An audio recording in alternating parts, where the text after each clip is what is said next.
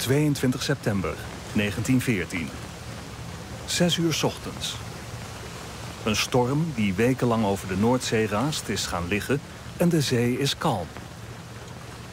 De Eerste Wereldoorlog is 7 weken geleden begonnen. 3 Britse kruisers, de HMS Aboukir, Hogue en Cressy, patrouilleren tussen Engeland en Nederland. Hun belangrijkste taak? Britse militairen beschermen bij hun oversteek naar het vasteland. Aan boord meer dan 2000 bemanningsleden. Sommigen nog maar 15 jaar. Het avontuur tegemoet. Zich niet bewust van wat hen te wachten staat.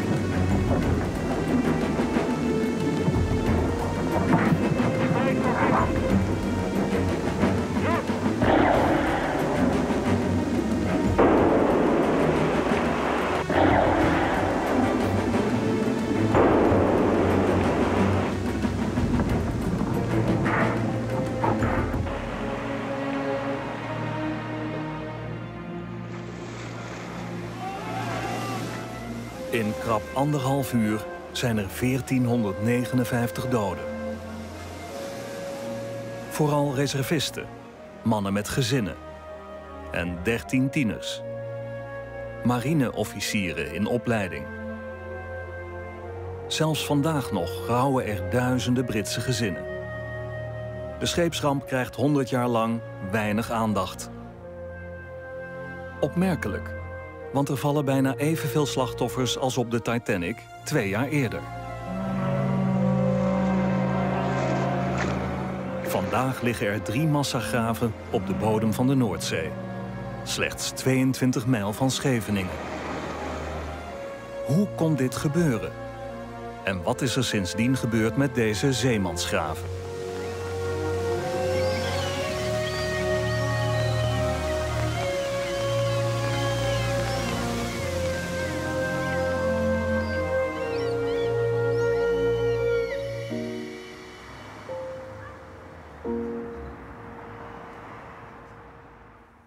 Now this one, I think that's him going to Osborne, isn't it? Yes. Yes. So there he is in his uniform in the garden. Ready to go to... Ready to go. Duncan had decided he wanted to go to sea by the time he was about 11, I think. He was very sporty. He was very quick. He was very able. And I think he had a good deal of natural leadership. So he did very well at Osborne. Yeah. And he was cadet captain. And then when they go to sea, he's senior midshipman, senior acting midshipman, because they're not even really midshipmen, they're still boys. Look at this. This is just like something from Cambridge today. And there he is there. She's put D above his face. There they all are. They're only very young, aren't they? And I think that's the more well, that's the one that's often used because that's such a beautiful photograph. Yeah. So how old is he here? I think he's probably about 14, don't you? Yeah. And we've got here the letters that were sent to him, because this is his writing, this is his letter case. All right. That didn't go to sea with him. Lots of stuff didn't go to sea. That's why we had it. That's why we have it. We opened the chest in 1958 and found all these very pathetic things, you know, his handkerchiefs and... His pen. There's the three children together. So that's Duncan, and then Yeah. that's Catherine, and That's Hugh. Yeah. Friend the of the Cresta family. run. Oh, no, it's Well, it's Closter's, Closter's. yeah. But he says on the back here, I'm having a topping time. I have been accused of flirting with a Dutch girl, but it's absolutely untrue. The runs are mostly on luges. Do you think you could ask Daddy? He's asking the family friend who lives up the road, who's related to his mother. Do you think you could ask Daddy to let me go on a bob with a pro? It's absolutely safe on the run we use, but the people I'm staying with won't take the responsibility. And he's put at the top, you might put it very gently.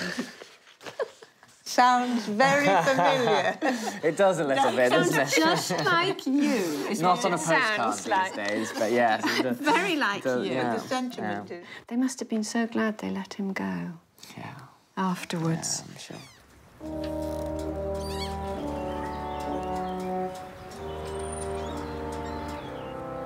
Britse marineofficieren worden hier sinds 1863 opgeleid en doordrongen van de traditionele normen en waarden.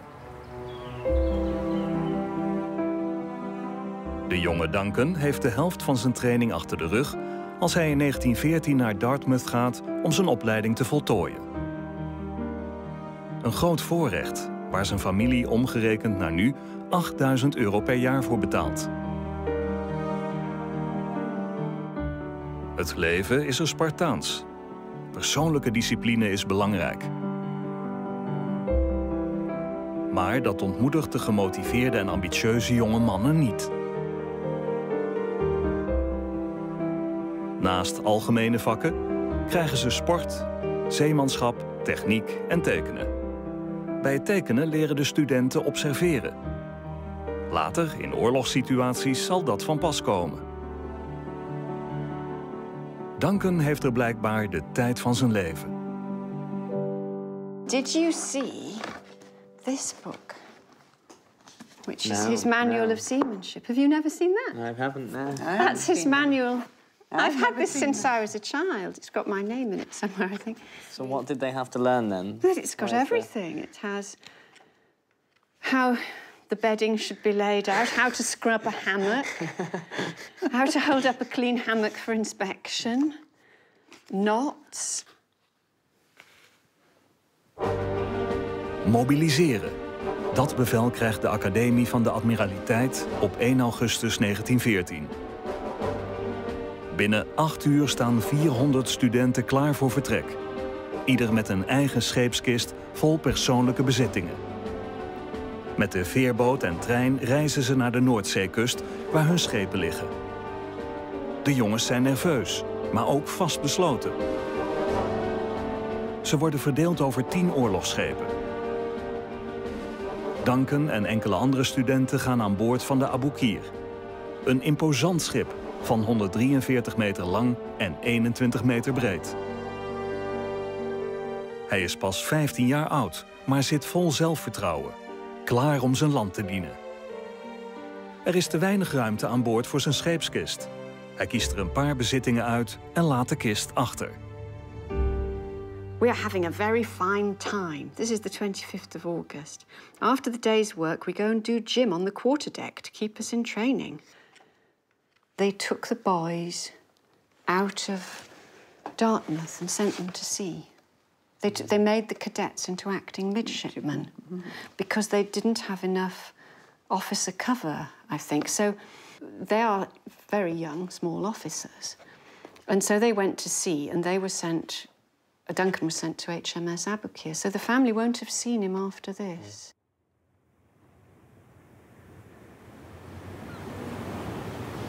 As long as I can remember, I've known that I had this relative who was also called Duncan, and that he died when he was 15 in the war. He had an old copy of Captain Scott's diary from his time exploring the Antarctic. Again, I think the old Duncan was a bit of an explorer, a bit of an adventurer too. So I remember there's a very old book there that I read when I was 15. I think he had a great sense of adventure. I know that he was a very active boy. He loved his country pursuits. I think for me, most of all, really, it was Henk's work in terms of looking at the history of the whole tragedy. He got in touch with the family. I started to hear a lot more about the wreck and about the Dutch side of the story as well.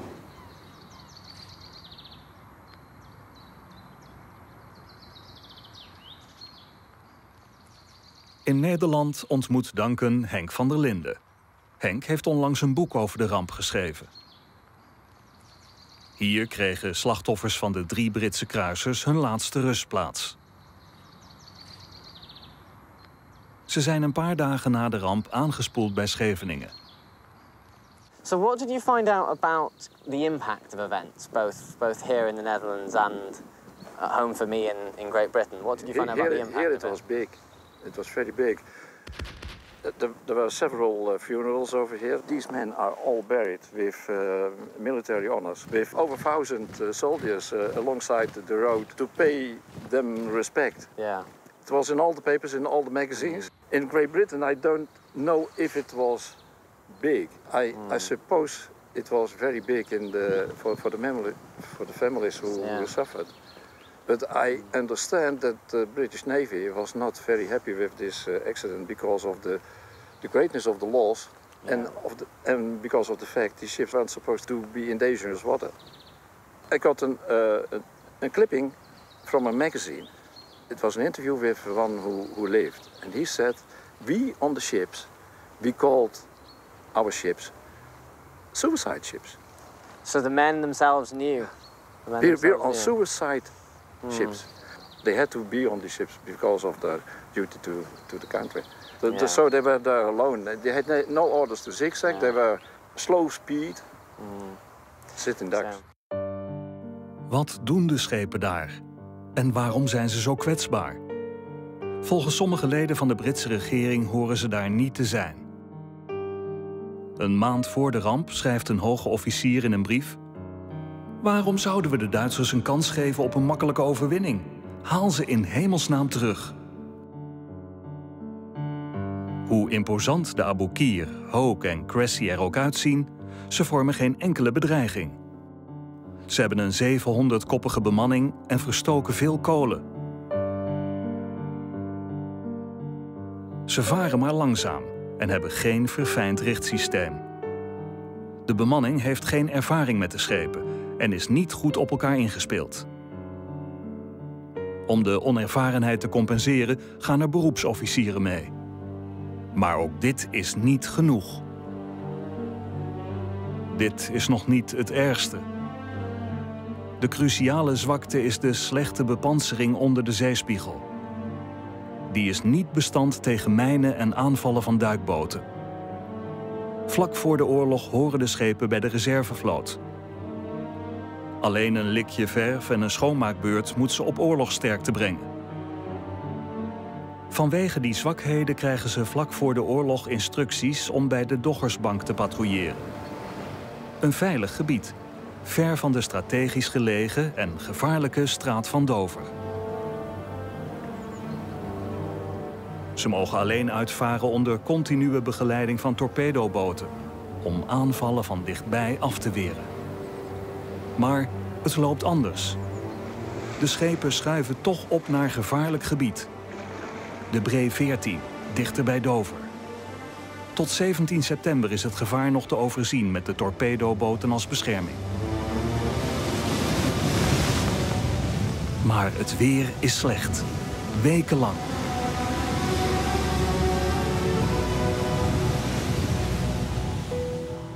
De kleine torpedoboten zijn niet bestand tegen de hoge golven. Ze worden stuk voor stuk teruggestuurd naar Engeland. De HMS Aboukir, Hoke en Cressy blijven achter. Dankzij hun massa zijn ze bestand tegen de ruwe zee. De top van de Royal Navy kent de risico's. Er is sprake van levend lokaas. Maar er is geen bereidheid om ze terug te halen. Ze kennen de risico's, maar nemen ze toch. Er is geen goed alternatief voorhanden. There was a sizable body of opinion in the Admiralty, and Churchill himself didn't think the cruisers should be operating in the broad 14s as they were. And they were being called the live bait squadron in those circles. I mean, they were outdated. They weren't so much old as had become rapidly obsolete. Because the pace of naval technology was changing so rapidly that they were going obsolete very, very quickly. But the big thing was they didn't have any destroyer cover. 2 dagen lang varen de kruisers op de kolkende Bree 14 als levend lokaas. De commandanten worden onvoorzichtiger. Om kolen te besparen nemen ze snelheid terug. En ze stoppen met zigzaggen. De hoge officieren zijn in de veronderstelling dat als een torpedoboot de ruwe zee niet aan kan, dat ook een Duitse onderzeeër dat niet kan. De U-9 is pas de 9e onderzeeër die de Duitsers bouwen. De marinestaf heeft er nog weinig vertrouwen in. De onderzeeër is klein, met maar 28 man en 6 torpedo's. Er is nog weinig ervaring met oorlogssituaties. Maar kapitein-luitenant Otto Weddigen weet zeker dat hij een krachtig wapen in handen heeft. Op 20 september krijgt hij de kans van zijn leven. Hij mag uitvaren met de U-9. Vanuit Helgoland vertrekt hij vol zelfvertrouwen richting België om een Britse landing in Europa te voorkomen. Hij weet nog niet dat hij op zo'n makkelijk doelwit zal stuiten. De Duitse commandant is gebrand op een succesvolle missie. De U-9 is zijn wereld.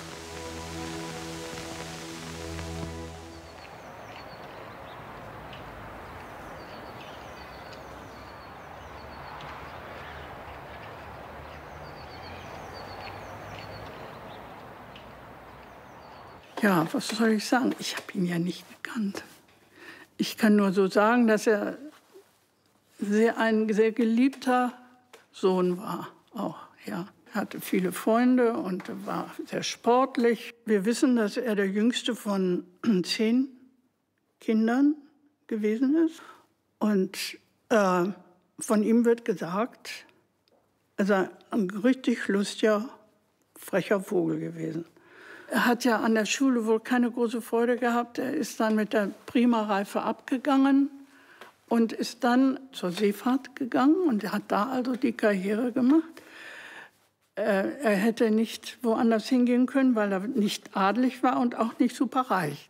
Vielleicht muss man doch ein sehr großes Selbstbewusstsein oder eine Selbstsicherheit mitbringen, wenn man so eine Sache über die Bühne bringen will. Ein Selbstbewusstsein, das kommt, wenn man ein geliebtes Kind ist und wenn alles um einen herum stimmt. Wir waren ja auch alle sehr christlich erzogen.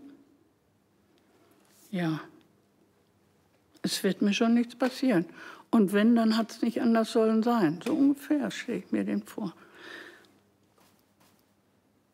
Wenn man in so ein kleines U-Boot steigen will, wenn man sich vorstellt, wie eng das da drin war, viel enger als heute. Also da muss man sich schon mit allen gut verstehen. Die haben ja geschlafen auf den Torpedos. Ich habe mal einen Prototyp von diesem U-Boot gesehen in München im Deutschen Museum. Das kann man sich nicht vorstellen, wie eng das da war. Und das dann, diese kleine Kiste und dann unter Wasser. Ich glaube, ich hätte es nicht ausgehalten. This is your great-great-grandfather's diary. Duncan's laugh could be heard all over the ship. Duncan had been perfectly happy at sea the whole time, was never sick and always cheerful. The night before the disaster, Hughes had spent a long time with Duncan and said he was in splendid spirits. They know what happened to them because of Kit Wickham Musgrave, and Kit Wickham Musgrave survived. He was picked up unconscious by the Titan. Hours later, one of the Dutch trawlers picked him up. He and Duncan had gone into the water when the Aboukir was hit. They had nearly made it to the Hogue when she was hit. And then they were picked up by the Cressy. I think they were hauled aboard by a rope. So they get on board the Cressy and they're having hot cocoa wrapped in blankets when the Cressy is hit. And Duncan and Gore Brown were the best swimmers of their term, of their year. And they had an oar between them and they took the oar to try to help a sailor who was going under and panicking. But they're only quite small boys, and in his panic he grips them and he pulls them down with him. A wave takes them, I think. And so that was the last Wickham Musgrave saw of them.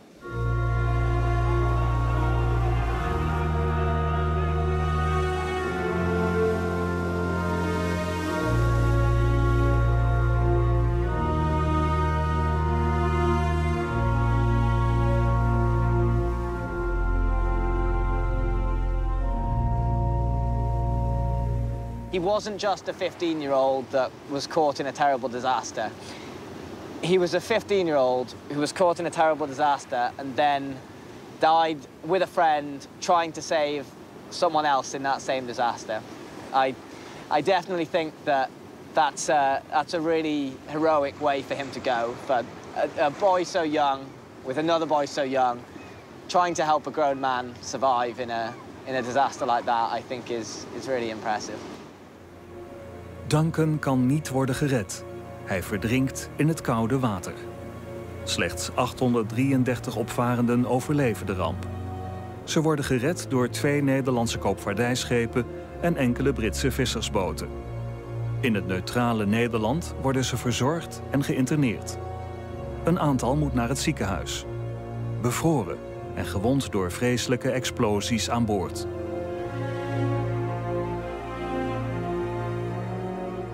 In Engeland krijgt de familie Stubbs het afschuwelijke nieuws te horen. They'd all had such a happy, jolly day.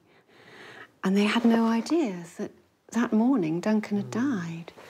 And then it says he went back, because he was living in camp, he went back to the lodgings to get his wife and his daughter to go for a walk. It says, as I entered the gate, Mr. Bell, the owner of the house, had a newspaper in his hand. He was very white and looked much distressed when he saw me. I guessed in a moment. He asked me to go into the house and then asked the name of the ship our boy was on. I told him. He showed me the paper in which the stop press news that the Aboukir had been sunk by a torpedo, nothing further. So then Major Stubbs decides that he won't tell his wife, Madge, straight away. He's going to find out more information. And while he's doing that and getting a newspaper which has come to press later, Mr. Bell appears in the camp and says, your wife's found out, because her sister had read it in the press. Avril had sent a telegram saying, have you any news of Duncan? So then Madge discovers her boy's... They don't know if he's alive or dead. Yeah, they don't know yet. They don't know. And while there's all these adults in shock, little Catherine, aged 9, unnoticed by anyone, picks up the newspaper in the hall and reads it for herself. How did they find out for sure whether Duncan had died? They waited overnight to see if he'd been one of the people picked up. And the next morning they got the telegram from the Admiralty saying that he hadn't been saved. So they had a list of those that had... They think very quickly they knew who they'd got. And then they waited to see if his body was found. Did it ever show up? No. No, his body was never found.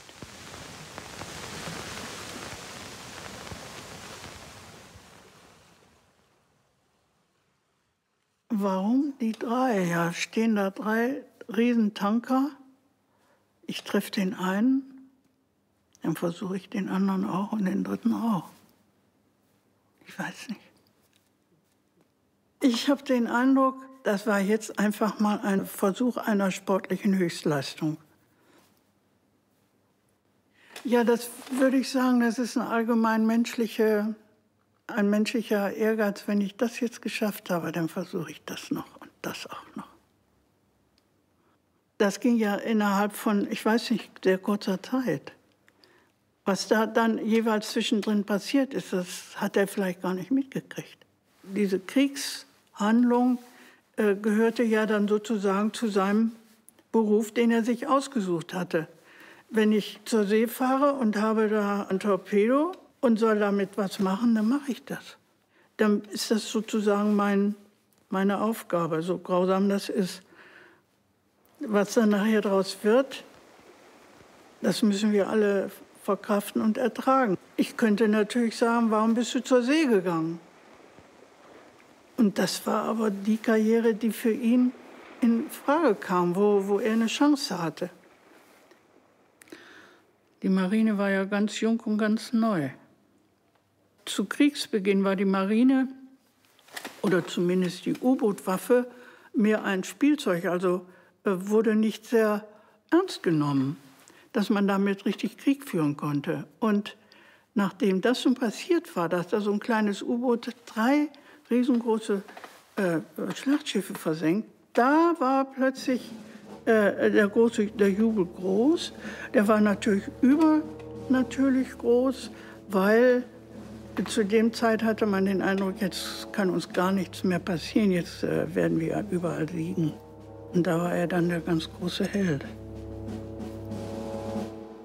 Was er da angerichtet hat, das ist ihm vielleicht erst später klar geworden.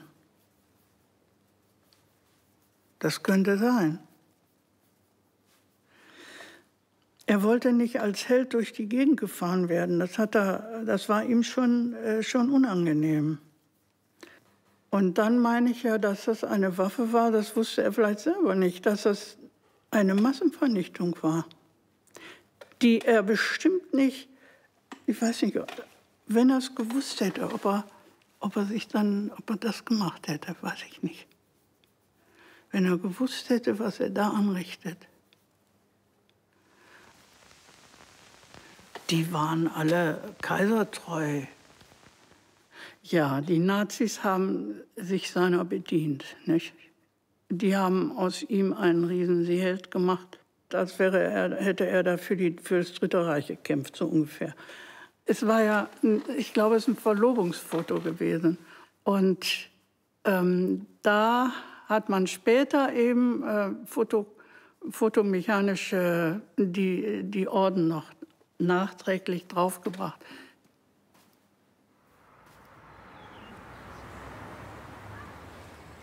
So how much of this did you know when you were growing up? Not very much at all. My grandmother never talked about it, as far as I can remember.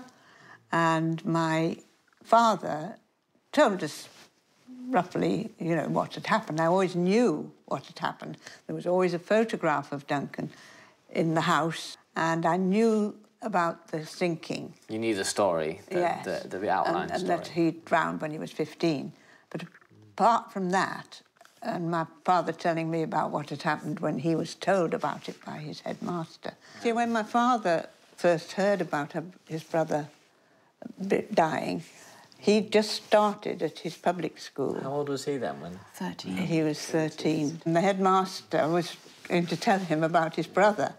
At first, he couldn't even begin to tell him, I don't think, because there was this pathetic little red-haired, skinny little shy boy. Didn't want to tell him. Just started. But it did in the end. And, of course, nobody else had lost anybody then. No, it was before the By the waves. time he left the school, everybody had had somebody in their family lost in the war. So what happened with the chest then? Oh, the chest, yes. Well, the chest was always there, but nobody looked at it. Not to be opened. Not to be opened. It was in the sort of attic part above our garage, in this big house we lived in then. And then in 1958, when my grandmother died in March, your grandfather and I opened the chest, and we were just amazed to find what was in. And I found it absolutely fascinating to read these things and see these photographs and find out so much about what had happened, and as well about my grandfather, who I never knew because he died before you were born. Yeah. And he's become very much alive to me, which is really nice. The chest was emptied and kind of put into a different chest. Since I share his name, my mum always said that the chest would be mine to look after. Obviously, I feel a duty to look after it and pass it through the generations. I don't know if you'd realised, I only found out very recently quite how close to the coast they are. They're actually shallow enough to scuba dive. Yeah, so they sit in about 30, 35 metres of water, I believe.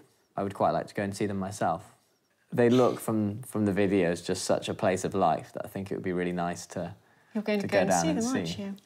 Oh, well, you would, wouldn't you? I guess I think it might help reconnect a little with the past and help me think a little bit about what it was like for him all those years ago. I'm sure before the war, everything seemed just as it did now. And then in a handful of months, suddenly he found himself out there. So I hope it gives me a sense of maybe what it was like for him. From what I've seen from the letters, his sense of adventure, his willingness to try new and slightly dangerous things is definitely something I share. I guess I really hope that if he were here, he'd be really glad that I was going to dive down to the wreck. I'm quite excited, really. I'm looking forward to it. I'm looking forward to the dive, yeah. I do like to believe that he would be pleased that I'm doing it.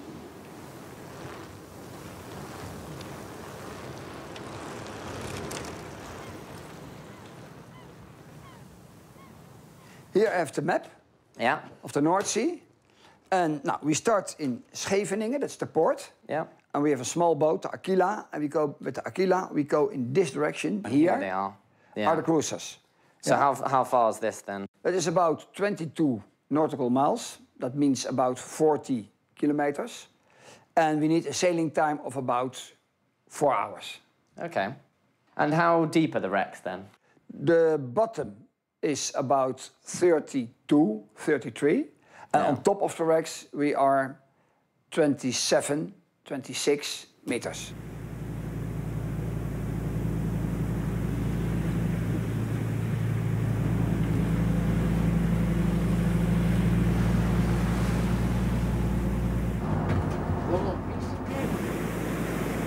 Nou, dan moet hij komen.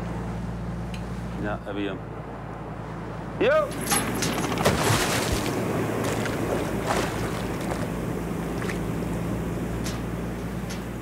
It's quite strange being here, really. Even on the surface, it's strange to know that this is where it happened. I think it's remarkable. As you say, 100 years ago, no one was diving these things, and I guess even now it's kind of astonishing that this is something that is there, that I can go down and have a look at. I mean, it's my first time in the North Sea. Everyone says that's a little bit different. I've got great people around me. I'm sure it'll all be fine, but there's obviously a lot to think about.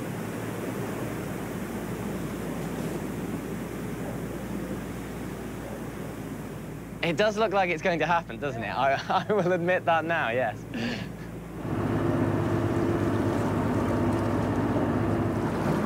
see. Can't see them.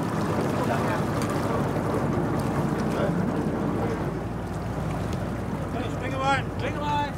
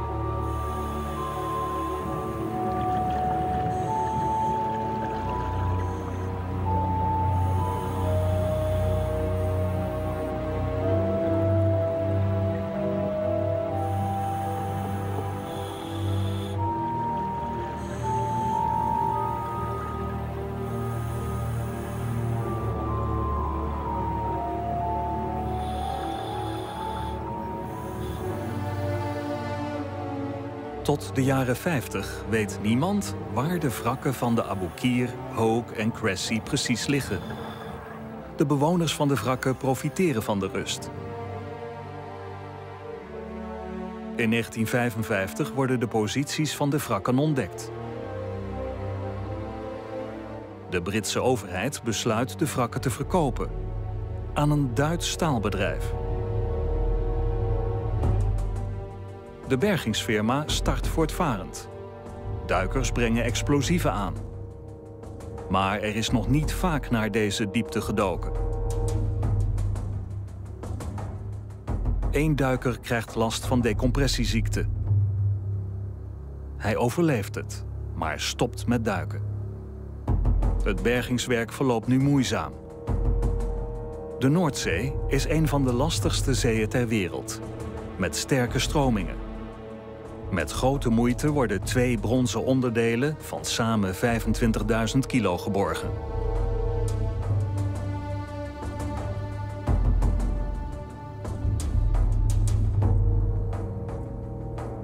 Er zijn nog meer problemen.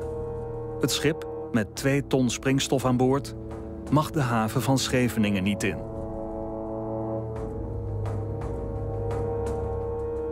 En er komt kritiek uit Engeland. De mensen verwachten wat meer tact van de Britse overheid. Als 2 bemanningsleden gewond raken, worden de bergingen gestaakt. Es ist makaber, nicht? Ist doch makaber. Erstens mal sollte man damit sowieso nicht Handel treiben, das finde ich schrecklich. Und wenn da einer das bergen soll, dann sollen das die Opfer tun, also in dem Fall die Engländer. Nein, also sowas tut man nicht, nicht? Das tut man nicht. Es ist natürlich jetzt noch irgendwie noch schlimmer, weil die Deutschen die versenkt haben. Und trotzdem würde ich sagen, die Engländer sind jetzt zunächst einmal schuld, denn die hätten sie auch vielleicht an jemand anders noch verkauft, der vielleicht noch mehr, vielleicht waren die Deutschen, die am meisten Geld dafür gaben. Ich weiß es ja nicht. Ja, das sind alles so Nachkriegsereignisse oder Folgen. 1945 war der Zweite Weltkrieg vorbei. Da waren vielleicht noch die Leute schrecklich, hatten noch irgendwie keine Sensibilität für das, was alles passiert war. Sie waren vielleicht alle total verhärtet oder abgehärtet. Why? Ridiculous. How much did they get for them? Yeah. It all seems so... It's almost so petty, doesn't it? What was the point the of sums it? of money involved. Britain was very desperate for cash, wasn't she? It seems so funny, doesn't it, that you've got a government, the government of which Churchill was a part just after the war, at the end of the war, is giving out memorial medals like this. How much scrap to the families of people who've lost, that's in memory of John Duncan Stubbs. And then they're selling the grave. Sounds a bit strange, isn't it? Door nieuwe duik- en bergingstechnieken is het aantal geborgen wrakken uit de Noordzee flink toegenomen. Ondanks Nederlandse en Engelse protesten.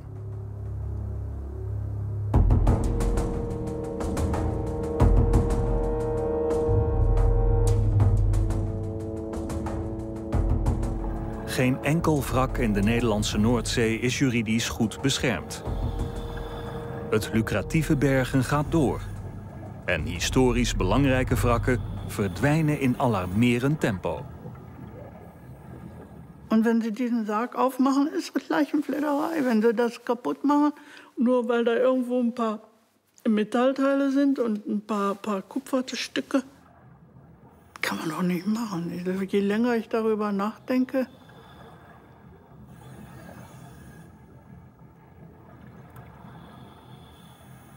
man kann da kein Kreuz drauf bauen und so hoch machen und sagen, seht ihr, hier liegt die Aboukir.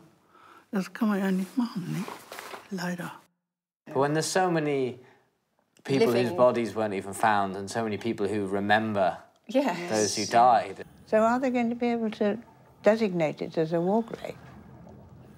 don't think we know. I think people are trying to get that. Yeah. Because some wrecks are war graves, aren't they? Yes. So that then people wouldn't be able to go and take things from them. Yeah. But nowadays, people take things for scrap and they take them off war memorials in villages. Yes, they do now, because the price of scrap is so high. But I think as well that if the wrecks are the place where the sea life has a sanctuary, that's so important nowadays. I mean, it's one of the lovely things about it is to think that a place where people died is a place where all this life is living. And it's all so beautiful.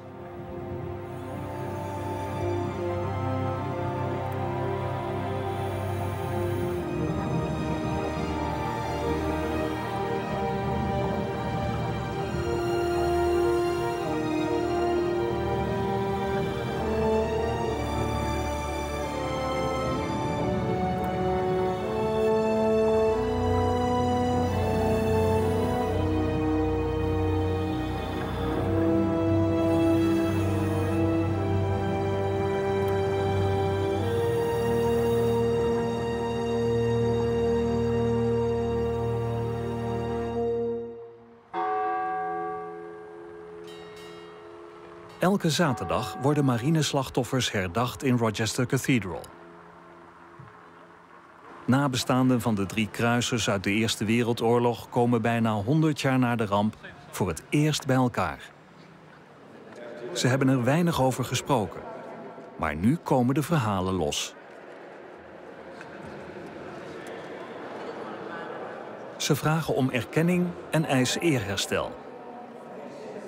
Sinds de bemanning als levend lokaas op de Noordzee voer, zijn de slachtoffers volgens hen met weinig respect behandeld.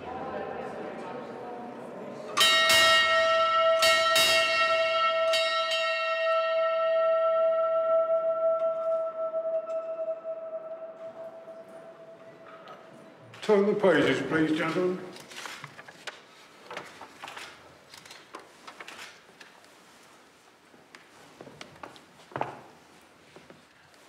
O eternal Lord God, who through many generations has united and inspired the members of our corps, grant thy blessing, we beseech thee, on Royal Marines serving all around the globe. Bestow thy crown of righteousness upon all our efforts and endeavours, and may our laurels be those of gallantry and honour, loyalty and courage. We ask these things in the name of him whose courage never failed, our Redeemer, Jesus Christ. Amen. Amen.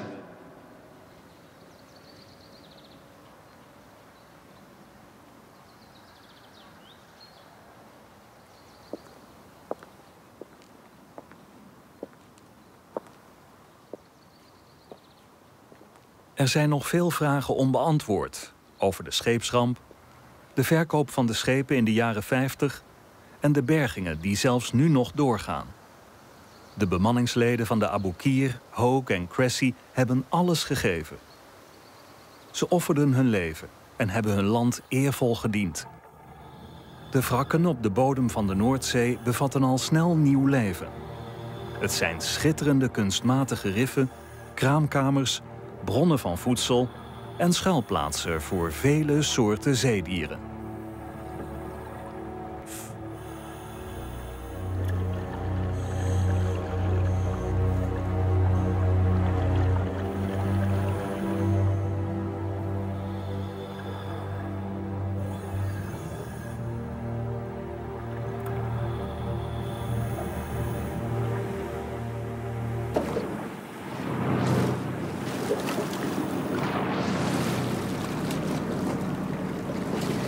It's incredible. It's so big. It was amazing. It was amazing. Thank you so much, Ben. I saw so much. I mean, it's like a city down there. It's so vast. There's arches to swim through. There's whole piles of live munitions still down there, and there's just wildlife everywhere. It's incredible. I feel amazing. I'm so pleased we did that.